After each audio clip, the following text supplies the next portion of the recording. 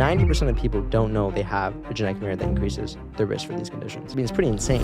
This guy is Kian Sadeghi. He's a Penn dropout who built a biotech company that can predict the diseases you might die from and how to prevent them from happening. Last month, I had him at our studio and asked him to share with me his story and the secret to how it all works. My cousin actually went to bed one night and didn't wake up the next day. At the time, I asked my parents, how does this happen? How does this happen? They kept saying, oh, bad genetics, bad genetics. Why did you decide to drop out? You're in your bedroom, you're one person. You wake up one day, you go from literally having nothing, no money, no resources, to you have $3 million. At that point, we became one of the most well-backed genetics companies ever. Why should somebody like myself even care about getting my whole genome sequenced? Do you care about being healthy and living forever?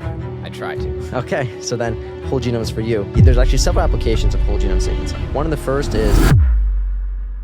Kian, who are you? And why should the person that's listening to this podcast listen to you? That's a great question. First off, thank you so much for having me. So around maybe 4.5 years ago at this point, I dropped out of Penn and I went all in on building what I thought of as the kind of application layer for DNA or software for your DNA. We're undergoing one of the most extraordinary decrease in costs, one of the greatest technological changes ever. That is the decrease in cost of whole genome sequencing or reading the entirety of your DNA. That used to cost $1 billion. Today, with Nucleus, you can get that for just $399. So I think from my perspective, we are really bringing to everyone the frontier of genomic science, which is going to radically change society. I want to get back into your backstory to understand more about you and why you're on the journey that you are today. What event took place when you were younger that pushed you to dedicate your life towards longevity? I'm a first-generation American. Both my parents are Persian. They actually escaped Iran during the September Revolution, came to America, specifically Brooklyn, where I still am. And unfortunately, I think the story of Nucleus begins with a personal tragedy. So my cousin actually went to bed one night and didn't wake up the next day. She died in her sleep. At the time, I asked my parents, how does this happen? How does this happen? They kept saying, oh, bad genetics, bad genetics. Didn't understand what that meant. Eventually, though, I started studying genetics, and what I realized was that disease isn't really an inherent property of human beings, but can be viewed more as a problem to be solved. And if you could actually correct for the error in someone's DNA, you could, cure disease. So I joined one of the first do-it-yourself gene editing laboratories in the country, where we engineered yeast to make them illuminate. We added bacteria to make them resistant to antibiotics. And I kind of started thinking, what if you combine the kind of depth and beauty of biology with the irritability of programming?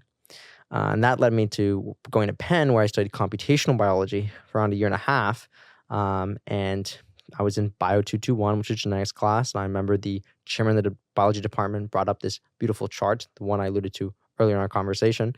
And it showed that the cost of actually sequencing all of someone's DNA, so not a small fraction. So most of the genetic tests you've heard of, like 23andMe, for example, they look at less than 0.1% of your DNA, right? Because at the time in 2006, when a company like 23andMe got started, the cost of sequencing all 100% was maybe $10 million a sample, okay? I remember a couple of years ago when I was looking at this chart, the cost had gone down from $10 million per sample to, at that point, a couple thousand.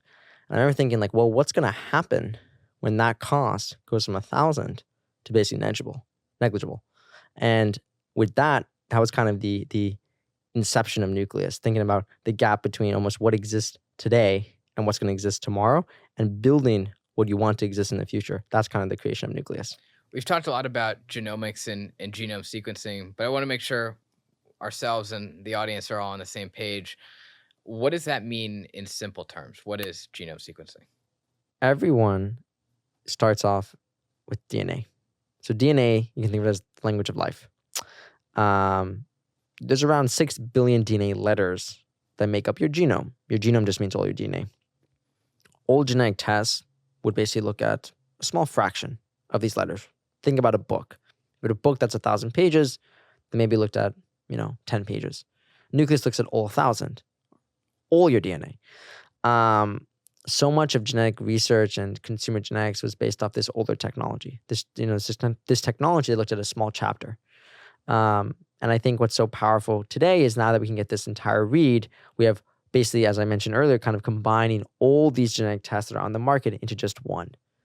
And so that's kind of the inception of Nucleus. Why should somebody like myself even care about getting my whole genome sequence? What's the key value that you're providing? Do you care about being healthy and living forever?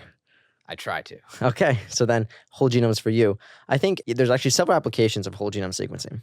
One of the first is like think about my cousin, right? She had long QT, or doctors suspected she had long QT. Long QT is something where if you know your genetic risk, you take something called a beta blocker and reduces your risk of suddenly dying by 10x. So obviously it literally saves your life, a genetic test. Then there are cases where things like breast cancer or even Alzheimer's, type 2 diabetes, coronary heart disease, where you can take specific preventative action today to mitigate your risk. Breast cancer, for example, people always talk about BRCA1, BRCA2, more aggressive, earlier screening. Even Alzheimer's, like a neurodegenerative disease, there are actual lifestyle changes you can make to reduce your risk of that condition. Colorectal cancer is another great example, where it's extremely preventable, right, for if you have greater genetic risk, but most people don't know. There's a crazy statistic that around, I think, 90% of people with what's called a pathogenic variant for breast cancer, colorectal cancer, and familial hypercholesterolemia, which is like high cholesterol, right? All diseases, by the way, that are preventable and actionable. 90% of people don't know they have a genetic variant that increases their risk for these conditions. So it's pretty insane if you think about it. That's one other application. Yet another is obviously family planning, right? You want to have healthy children. Hundreds of millions of Americans do not know if they're a carrier for a specific rare disease that they could potentially, if their partners also care, pass on to their children. That's an obvious application of whole genome sequencing that anyone who wants to have kids ought to get their genome sequenced. Another application is pharmacogenomics, which is how your DNA affects your metabolism of different drugs. And so today, if you look at these different applications, a lot of people don't know they actually all exist in the genome. It's kind of decentralized. There's different tests with different applications.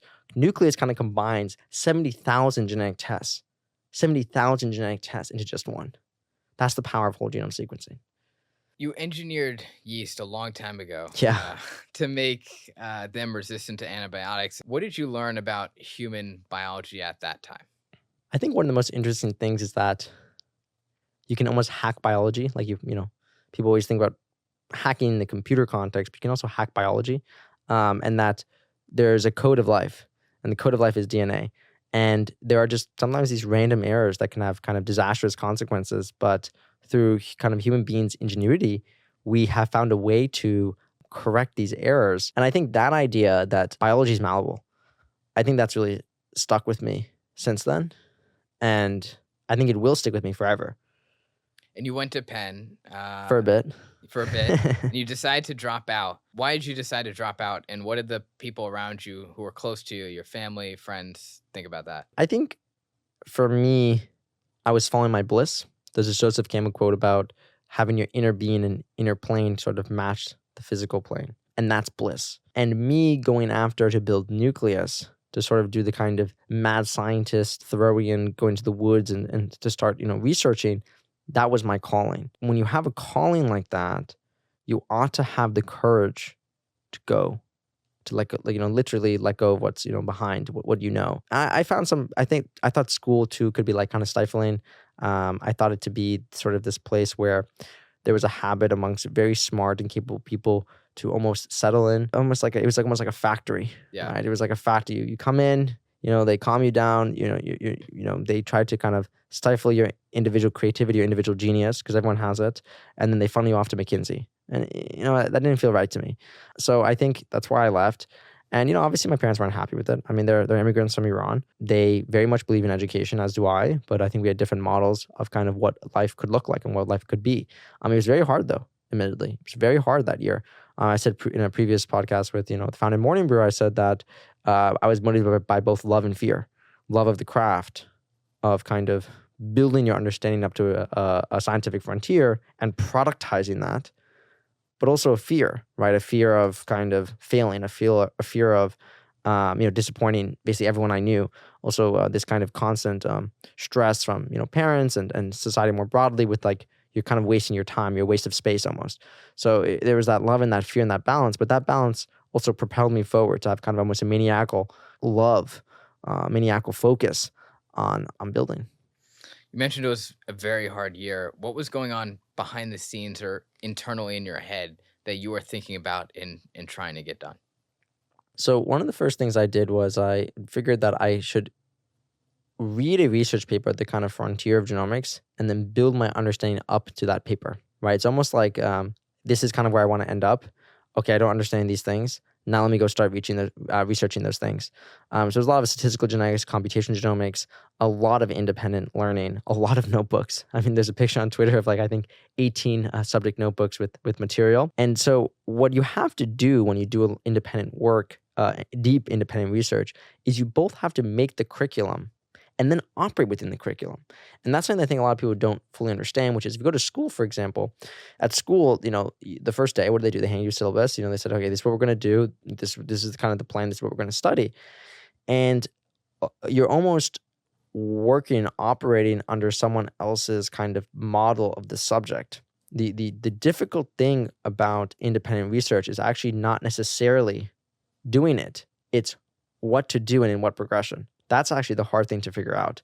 So you have to both, because you also don't know the subject well enough to know what the steps should be. So there's so many difficulties with that. So you kind of have to kind of both be the designer of your system and then operate within your system.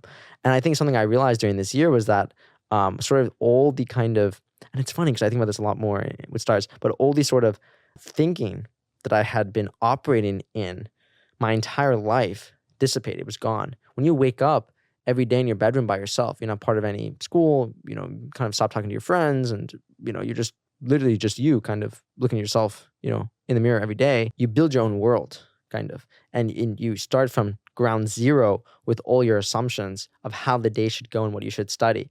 And there's a sense of kind of agency with that. There's a sense of empowerment with that, but there's also this feeling of letting go. So these are some of the things that was kind of going through my head. So you dropped out of college and you go to raise millions for this biotech company that's going to change the world. Yes. What was the feedback that you were getting from investors? Because you'd probably be one of the very few biotech founders that have no PhD, have not even a college degree. What was going on at that time? We raised a pre-seed round in kind of March 2021. At that point, I texted Cole, this angel investor. He's Corey Levy from Z Fellows. Highly recommend, by the way, if any founder starting off the journey, definitely apply to Z Fellows. It's a fantastic program. The community is so great. And I texted Corey, and he basically ignored the text. He had actually 2 phones at the time, probably still does. He had 2 phones, and he didn't check the other phone for weeks. Eventually, we got on the phone. And then, I probably gave the most like aggressive, garbled pitch. Nucleus says, whoa. It's like, oh my God, what did he just say? Like, what the hell? It was probably the worst pitch ever given. And then I remember him just being like, oh, you should talk to this, other person who's kind of, a friend of mine. I said, okay, his name was Ed Lando at Peruto. So I got on the phone with Ed and Corey, I think, maybe a week later. And then maybe 24 hours after that, they, said we want to invest, $200,000. There's a video on this Nest camera that we have in my home of it's raining. There's no one home that day for whatever reason, which is actually pretty weird. But I literally run out, screaming in the rain because of such a release, right? That was how the journey started from fundraising. At that point, brought in a couple people and then went to raise a seed round several months later that fall. The seed round was extremely difficult. I think Silicon Valley tends to have a systematic sort of underappreciation for not non-pure software plays. I mean, people tend to invest things that, they at least have some sense of, right? Biotech is kind of spooky, right? Nucleus kind of sits at the intersection of things that not many people are kind of versed in, right? If you made your money in B2B SaaS, you're not necessarily going to be after, the next genomics company, right? It's not exactly how it works. So effectively, every single investor has actually said no until Founders Fund, right? Which is, of course, what Founders Fund's also known for, which is coming in when everyone else is kind of bearish, they're bullish. And so that was the kind of the initial seed round of funding. And then several months later, Alexis Ohanian came in and put in another, $12 million or so. At that point, we became one of the most well-backed genetics companies ever. And so what might have seemed like an overnight kind of quote-unquote success story was years in the making. It really was. And there was intense fervor, pathological motivation that went to that happening. And that's actually a good lesson for, I think, a lot of especially young founders. I think the worst thing that could happen for a young founder is you wake up one day, I'm going to do this thing. Then the next day you raise, a lot of money. It's bad.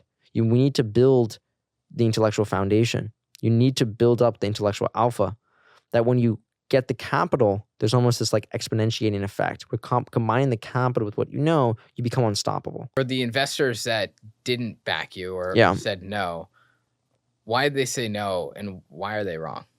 I don't really think about them, honestly. But why did they say no? I mean, they make up all sorts of, frankly, nonsense. Yeah. I'll say this. I do think that a lot of investors did not understand the decreasing cost of whole genome sequencing. They don't understand that. They don't understand that there's been a platform shift in genomics. And I think Founders Fund actually knew that. They had that intuition. They've been, they've actually been investing at that frontier. And so that gave them the prepared mind to invest in Nucleus. I think a lot of investors had not done their diligence. They had not done their homework.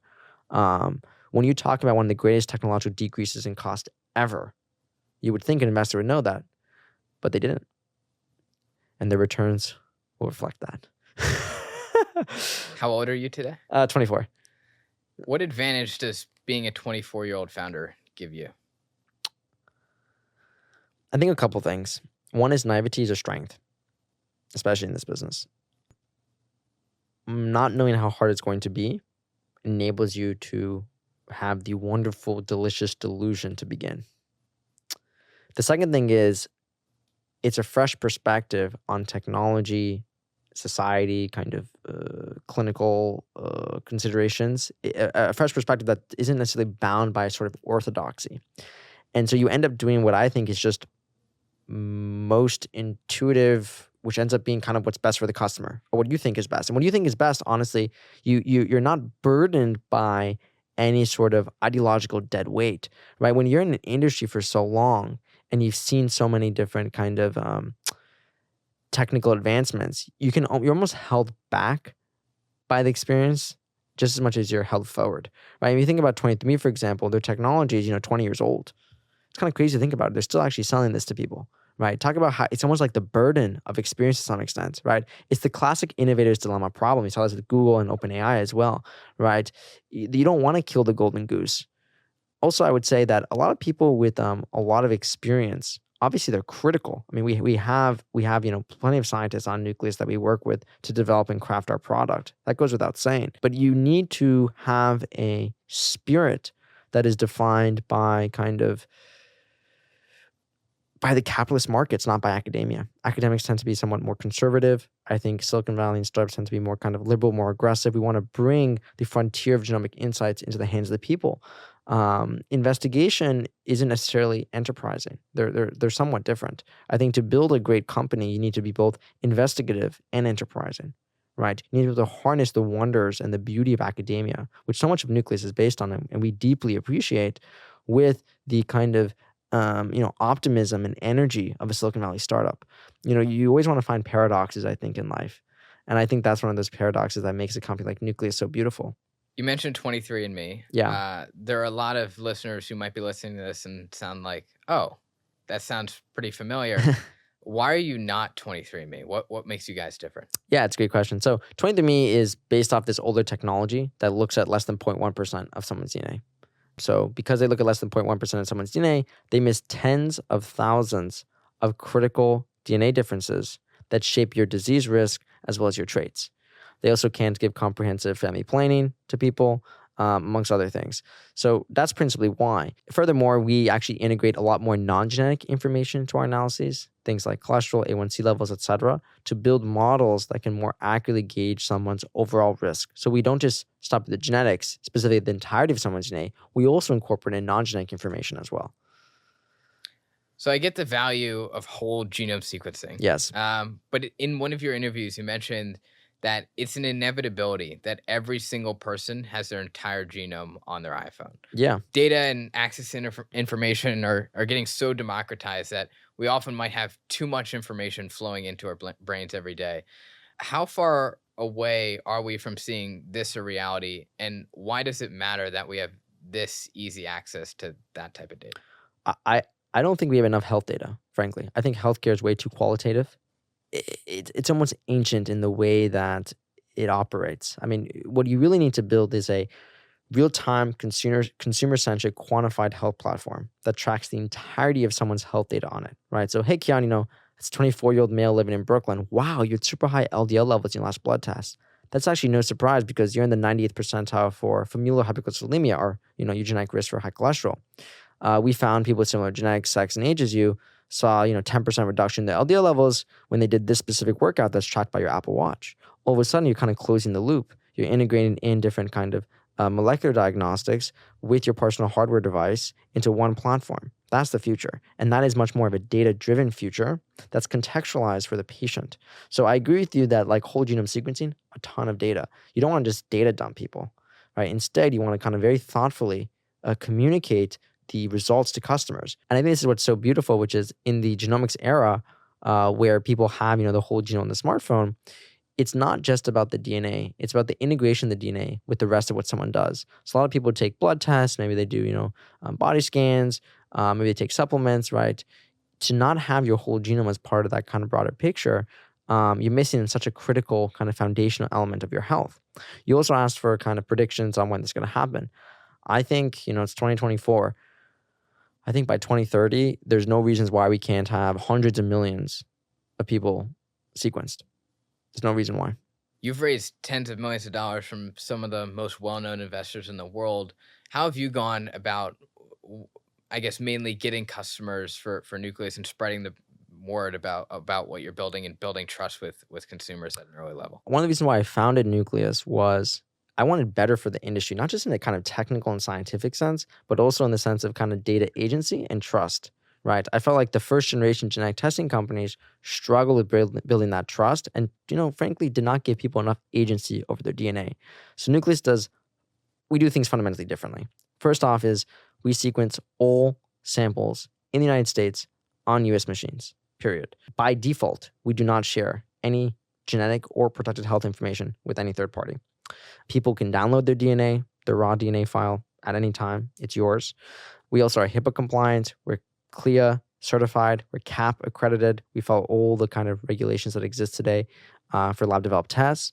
So in other words, I'm trying to say to you is we want to bring a kind of clinical quality and data agency to the customer. To answer kind of one of your other questions on like how we getting customers, one of the things that always works best with any consumer products, word of mouth. I think we always strive to build a product that you want to tell your friends about. I mean, you kind of alluded to this when you were telling about your results. I'm sure almost instinctively you got your results. You want to tell your family, you want to tell your friends, right? I know today, I got my results, and I was in the 99th percentile for schizophrenia. I was like, wow, I mean, that's crazy. I would never have suspected that. And still, like, even if you're 90th percentile for your genetic risk, your overall risk is still really low. So I'm okay, God willing. But that is something that I'm going to tell people that forever that. Not only in the sense of like you want to tell your friends, you want to tell your family, but also if you're having kids. I mean, obviously, if you get tested and you're a carrier, certainly your significant other should also get tested, right? And I think that kind of organic growth is one thing that we're really focused on. There's no better marketing than word of mouth that makes something people love. What I've found from interviewing hundreds of entrepreneurs is that the larger your ambition, the more strenuous and painful the journey is.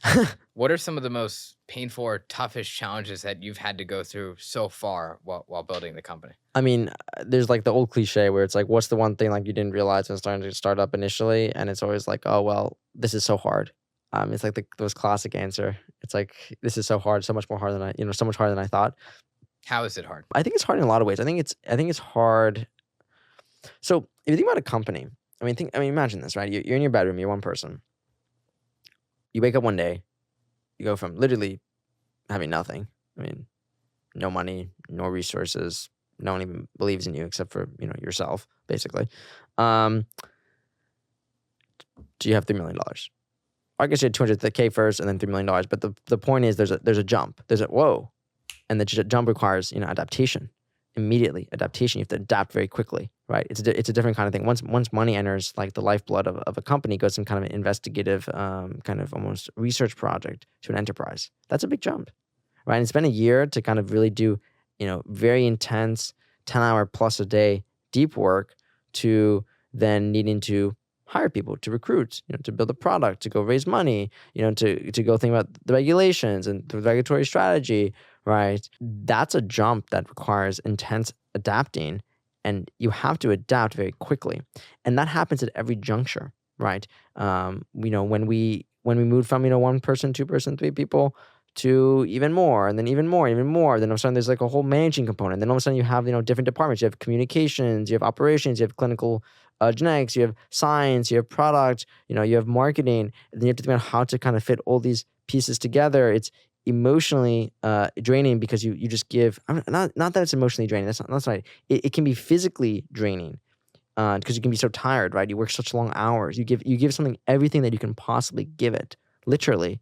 Everything that a human being can give, you give it. You don't get a lot of sleep, but you also love it. So in that way, it's not emotionally draining. It's actually kind of deeply emotionally fulfilling too. So I think kind of the need, it can be, physically tired. It can be a lot to just process. Like there's so many different pieces of information. Part of the job of an entrepreneur is to balance and to know kind of what to actually focus on. Like, the whole, like, keep the main thing the main thing. Yep.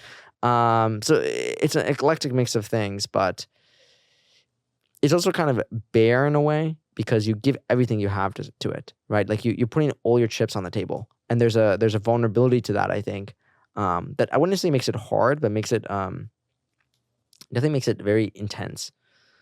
Before we went live, you were talking to me about all the things that you and the team are working on, and there's a whole list of 7 to 10 things that you're running through in your head right now. How do you figure out what are the most important things to focus on? I think it's all about the customer. And when the customer is the consumer, or the customer sometimes for us can also be another kind of clinic, or we also do certain B2B deals as well. It's always thinking about how can we provide value to the customer, and starting with the customer and then kind of building to the product.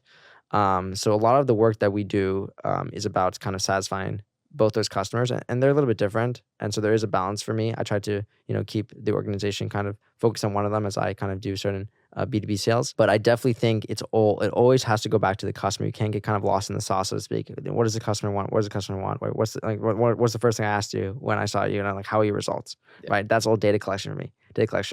How can I make this product better? How can I make it more? How can I make it more social? Right, where people want to share the results. It's easier to share your results, right? Because the product is actually pretty inextricable from marketing, right? Nothing's better than kind of someone, I talked about word of mouth. How do you kind of productize word of mouth, right? So there's all these different considerations. What next genomic analyses should I prioritize, right? We're pushing out traits, for example, in a couple of weeks. That's very exciting. Right? We're pushing out, pharmacogenomics and, even some other really cool features. How do I kind of balance that? What's the priorities? What do I want to accomplish? What does the customer want, right? These are the, what do I have the scientific resources for today, right? What are the regulations? I think there's that consideration. So there's such an eclectic mix of different kind of projects, tasks, and considerations, especially in this business. Breakthroughs like this can raise questions. Sure. Is it safe? Is it trustworthy? Yeah. How do you address those? Well, I would say that, we're a CLIA certified and CAP accredited test, which basically means that we have shown our analytical validity. There is no kind of higher certifications for a lab test today in the United States. So we're very proud of that. We're very proud of the calls that we make and the kind of clinical quality that we provide our customers. Privacy is also another big thing that can get frequently discussed, and especially when it pertains to personal data and personal health data. I was reading recently that 23andMe had a hack where like 7 million people had their DNA exposed through a leak. How do you deal with stuff like that, and how do you address those concerns? First off, you have 2FA enabled. I mean, 23 didn't even have 2FA enabled, which is a big problem, which is actually what caused that hack, where people would basically recycle logins and then people would log in using their account. I think it goes well beyond that, though. I think about privacy and security. Kind of, I mentioned this earlier. You have to start from the inception of the company. From the beginning, you have to be thinking about privacy and security, which I'm very happy to say we did, because we wanted to build something better for us, right? And then give that to everyone. So there's a couple things that we do. One is we sequence, in the United States on U.S. machines, always, without question, right? We don't ship the sample overseas. We don't ship the sample somewhere in the United States and then sequence it on, a Chinese machine. We don't do that. Everything we do is in the United States. People control their data. By default, we don't share any genetic or protected health information with any third party, besides service providers like our physician network, right? It's that simple. We are, as I mentioned, CLIA certified. We're CAP accredited, the kind of the highest quality standard for a lab developed test in the United States. We also let people kind of download their raw data, right? So they can actually download it and do whatever they want with it. It's your data. We, separate the genetic information from the PHI, put them in, different databases. We're also constantly thinking about ways of kind of making all our servers and all our security just better and better and better, right? It's something that you don't just stop. You don't say, okay, we're secure, we're good, our policies are good. It's like, how do we get better, right? How do we make sure, prevent, right? Just like with diseases. We don't want to treat something after the fact, we want to prevent it. One thing I want to mention on this, though, that I think is interesting is a lot of people associate like genetics with like, Golden Gate Killer or like the FBI. What they don't actually realize is if you look at the last like kind of 15 years that 23andMe has been running, I think they've had around like 11 subpoenas from law enforcement and they've complied with none of them.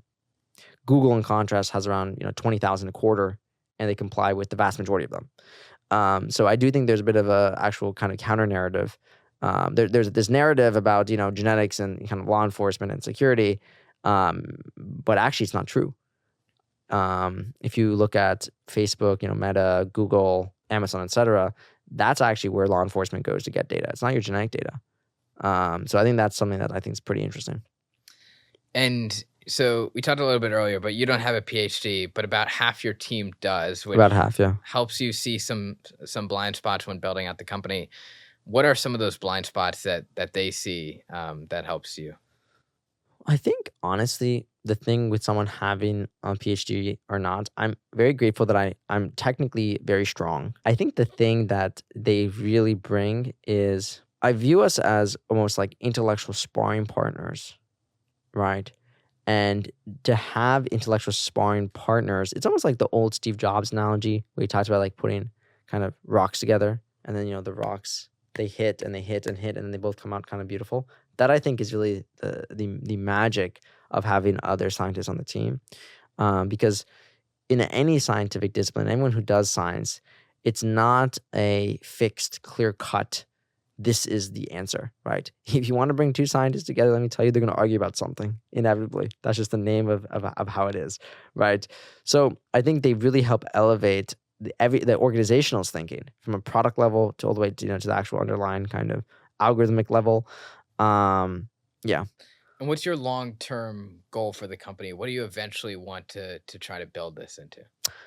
I think someone needs to build a real-time, consumer-centric, quantified health platform, right? Where the entirety of someone's health data, from kind of molecular diagnostics all the way up to kind of different device collected by wearables, is interconnected, right? So if you think about Nucleus, when we tell someone they're at a higher genetic risk for a disease, what next? And how do we kind of show people how their risks change if they get older, if they lose weight, if their cholesterol goes up, if their cholesterol goes down, right? If they start smoking or stop smoking, right? That I think is the beginning of something much more powerful, which is something that can kind of finally close the loop in healthcare, where it's so often about treating diseases. And if there are preventive measures, the preventive measures are kind of soft, right? It's kind of qualitative. You want to make it super rigorous, super quantified. You can already see that kind of today with the Nucleus platform. And then in doing so, you can hopefully make preventable diseases a thing of the past and have people just live, much longer. I think it's that simple. And before we wrap it up, we like to end each interview with a couple of closing questions. Sure. One is, what's your greatest failure and what did you learn from it? I think one of the greatest failures I had was not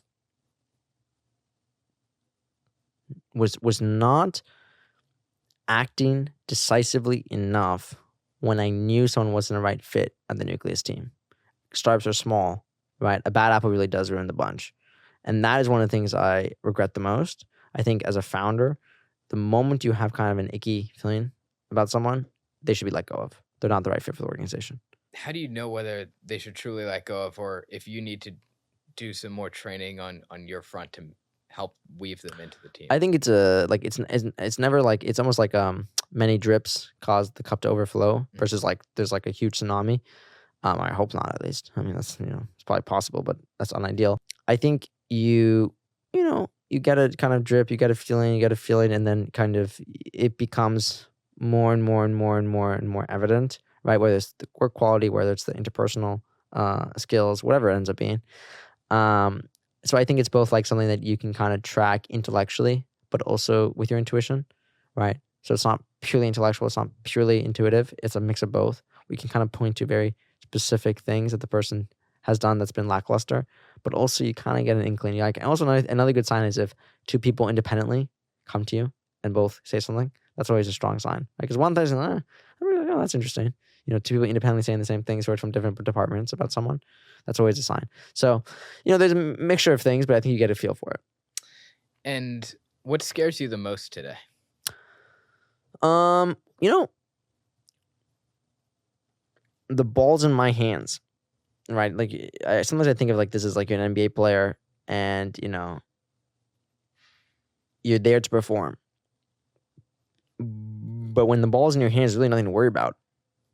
Like I think fear and stress can kind of come from the unknown. It can come from when you almost feel like you don't have agency. That's where a lot of fear comes from, or a lot of stress. I feel like I have so much agency. I have so much control. Like the ball is in my hands, and the fate of Nucleus kind of rests, and that's beautiful. There's nothing to be kind of scared of there. So I don't really view it as fear. I view it as just like there's like energy, power.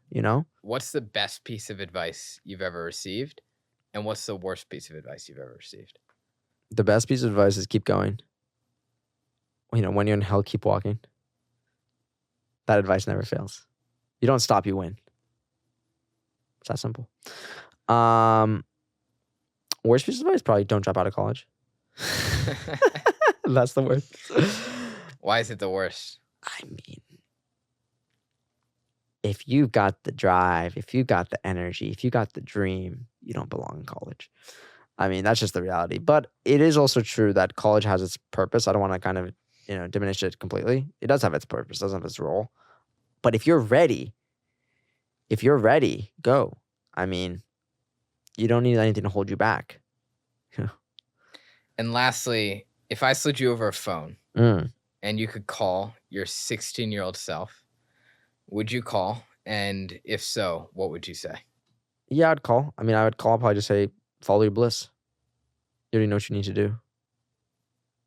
I think people have their calling. People have their craft. People have their love. You have to tap into it, though. You have to have the courage to follow through with it. And I think I would give my younger self a reminder to kind of listen to that little stream, in my consciousness. How do you tap into it? Close your eyes. Meditate. I mean, that's literally how you do it, but kind of more metaphysically, like, like people know. People know. You just know that there's some things that are much deeper than just like, oh, I know this fact. It's much deeper. It's in your psyche. It's in your soul. It's in your kind of soul architecture. Listen to that. Listen to that, and then run as fast and as hard as you can toward it. It's not gonna be easy though, right? It never is. Nothing worthwhile ever comes easy. No, absolutely not. Awesome. Well, I think that's a great way to end it. Kian, thanks for taking the time to join the show. We'll have a link to Nucleus in the episode description down below for anyone who wants to take a look. And thanks for joining. Thank you so much.